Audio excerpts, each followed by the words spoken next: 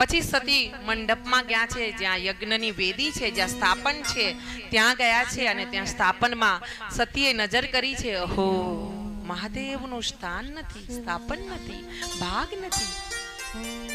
જે યજ્ઞમાં મહાદેવનો ભાગ ન હોય, જે યજ્ઞમાં, જે સુંદર કાર્યમાં, ધાર્મિક કાર્યમાં ભગવાન ભોળાનાથનું સ્થાનક ન હોય, સ્થાપન ન હોય, એ યજ્ઞ ક્યારેય પૂરો થતો નથી, એ કાર્ય ક્યારેય પૂરું થતું નથી. અને સતીના હૃદયમાં એક ચીરો પડી ગયો છે. અરે અરે, મારા પતિનું સ્થાન નથી ને મેં ત્યાં પગલા મૂક્યા.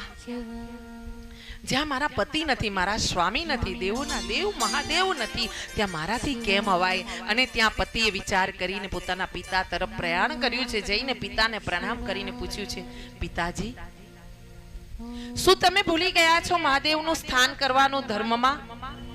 શું તમે ભૂલી ગયા છો? ક્યાંક ભૂલીને ત્રુટી રહી ગઈ છે?